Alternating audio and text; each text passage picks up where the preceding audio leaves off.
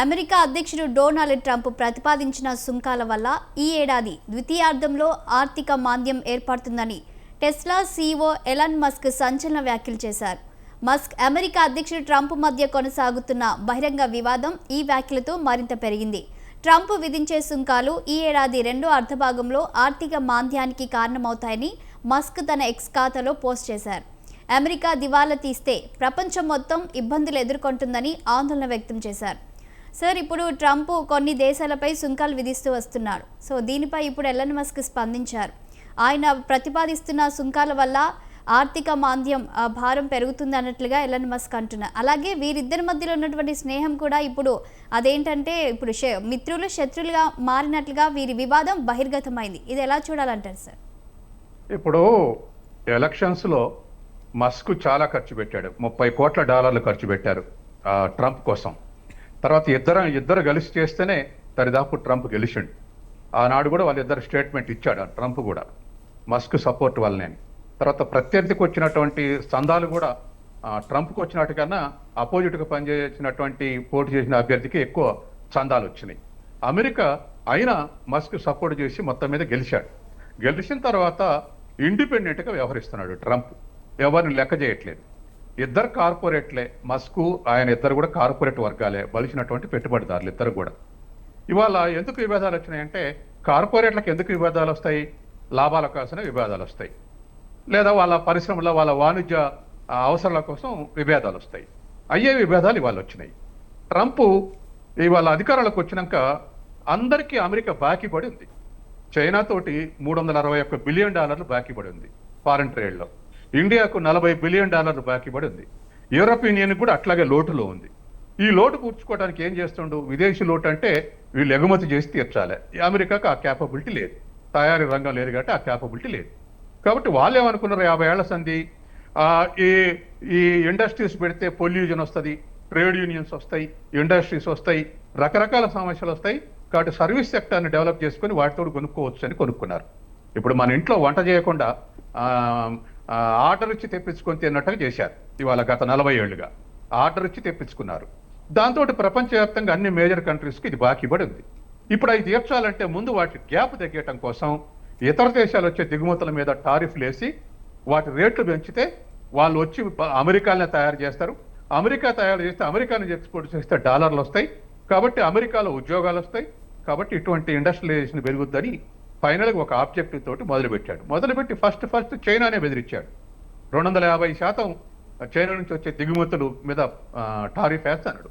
దానికి చైనా ఎదురు తిరిగింది. ఎందుకు ఎదురు తిరిగిందంటే, ఇవాళ అమెరికన్ ఎకానమీ $28 ట్రిలియన్ అయితే చైనా ఎకానమీ $20 ట్రిలియన్. కాబట్టి ప్రధాన ఆర్థిక శత్రువు చైనానే. చైనా లొంగకుండా నువ్వు అట్టయితే 250% అంటే నేను కూడా 150% పెంచుతా అని వాళ్ళు కూడా కౌంటర్గా 150% పెంచారు. నీకు తలొగ్గే ముచ్చటే లేదని స్టేట్మెంట్ కూడా ఇచ్చారు. ఇప్పుడు కాలబేరానికి వచ్చి ఇద్దరు అమెరికా సరేలే మీరు 10% వేయండి, మేము 30% వస్తాయని ఒక ఒప్పందానికి వచ్చారు. ఏ దేశాన్ని అయితే బెదిరించిండో ఆ దేశంతో ముందు ఒప్పందానికి వచ్చిండు 30:10. ఇప్పుడు ఇండియా సద్దుమణిగి తర్వాత నీ బాంఛన్ ద్వారా అన్నట్టుగా చర్చలు జరిపినా ఇవాళ భారతదేశం మీద ఇంతవరకు ఒప్పందానికి రాలేదు. రాకపోగా తడవకోటి మొన్న స్టీలు 25% పెంచుతాం టారిఫ్ అన్నాడు, 25 నుంచి 50% పెంచుతాడు. గగ్గోలు పెట్టారు స్టీల్ ఇండస్ట్రీ. అసలే మన స్టీలు చైనా నుంచి స్టీల్ వస్తే మనకు కష్టం అవుతుంది అని ఒక ఏడాది నుంచి గొడవ చేస్తారు. టాటా స్టీలు, JSW స్టీలు వీళ్ళందరూ చేస్తే 12% టారిఫ్లు పెంచారు చైనా నుంచి దిగుమతి చేసుకునేది. ఇప్పుడు మేము బతకగలుగుతాం అనుకున్నారు. ఇప్పుడు వీళ్ళు ఎగుమతులు చేసేటువంటి దరిదాపు $4.5 బిలియన్ తోటి ఎగుమతి చేస్తారు. వాటి మీద 50% పెంచితే గగ్గోలు పెడుతున్నారు. ప్రపంచవ్యాప్తంగా ఇదే పని చేస్తుండు. ఎందుకంటే అప్పుల గ్యాప్ తగ్గాలని, ఫారెన్ ట్రేడ్ గ్యాప్, ఎగుమతులు దిగుమతుల మధ్య గ్యాప్ తగ్గితే ఆ మేరకు ఒక $50 బిలియన్ $100 బిలియన్ కలిసి వస్తుంది అనేది మన ట్రంప్ యొక్క ఆలోచన. ఇప్పుడు మస్క్ వివాదాలు చేసినాక ఏమంటుందంటే, ఇప్పుడు మీరు అడిగిన క్వశ్చన్, ఆర్థిక మాంద్యం వస్తుంది అంటున్నారు మస్క్ అన్నాడు, మరొక 6 నెలలు అన్నాడు. ఎందుకంటే ఆ అవకాశం ఎందుకుందంటే, ఇతర దేశాల నుంచి వచ్చే దిగుమతుల మీద టారిఫ్ పెంచి ధరలు పెంచితే ప్రజలు కొనలేని స్థితికి పోతారు. కొనలేని స్థితినే మనం ఆర్థిక మాంద్యం అంటాం, డిప్రెషన్ అంటాం. అంటే మార్కెట్లో సప్లై ఉన్నా దానికి డిమాండ్ లేని పరిస్థితి సృష్టించబోతుండు. ఇది అమెరికన్ ఎకానమీ తప్పి అమెరికా కనుక ఆర్థిక మాంద్యానికి లోతైతే దానికి రిలేషన్స్ ఉన్నటువంటి అన్ని దేశాల్లో ఆర్థిక మాంద్యం వస్తుంది. 1933లో అటు వచ్చింది. కాబట్టి ఆ ప్రమాదం ఉందనేది మస్క్ యొక్క ఆర్గ్యుమెంట్ ఇవాళ. సార్, ఇప్పుడు మస్క్ అలాగే ట్రంప్ మధ్య విభేదాలు భారత వ్యోమగామి అంతరిక్షయానంపై ప్రభావం చూపే అవకాశం ఉందనుకోవచ్చా? అంత దూరం వెళ్ళదండి. ఎందుకంటే మస్క్ నేను పార్టీ పెడతా 80% ప్రజాభిప్రాయంతో అని ఇవాళ ఏదో బ్లాగ్లో చెప్పాడు. కానీ అమెరికాలో వాస్తవానికి చాలా పార్టీలు ఉన్నాయి. కానీ సర్వైవ్ అయినవి మాత్రం రిపబ్లికన్ వర్సెస్ డెమోక్రట్సే. మిగతా చిన్న చిన్న పార్టీలు ఉన్నాయి. మస్క్ పెడితే కూడా అటువంటి చిన్న పార్టీకి మారు తప్ప ఈయన వల్ల ట్రంప్ గూలేది లేదు, ఓడిపోయేది లేదు. ఇదొక అంశం. కాబట్టి వచ్చే చిన్న పార్టీలకు ఎవరు ఇంపార్టెన్స్ ఇవ్వట్లే. ఆనవాయితీగా ఆ రెండు పార్టీల మధ్య ప్రజలు ఆప్షన్ ఇచ్చుకుంటున్నారు ఎవరిని గెలిపించాలనేది. తర్వాత రెండవది, ఇవాళ అంతరిక్ష యాత్రలో అనేటువంటిది సరే ఎలాన్ మస్క్ కూడా దాంట్లో పార్ట్నర్షిప్ చేసి ఇన్వాల్వ్ అయ్యాడు.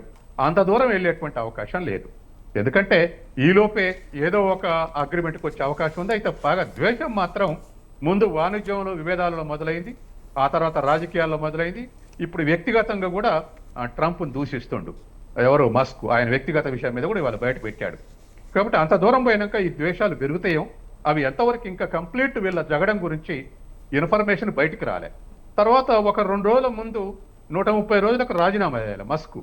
2 రోజుల ముందే రాజీనామా చేసి ఈ స్టేట్మెంట్లు ఇచ్చాడు.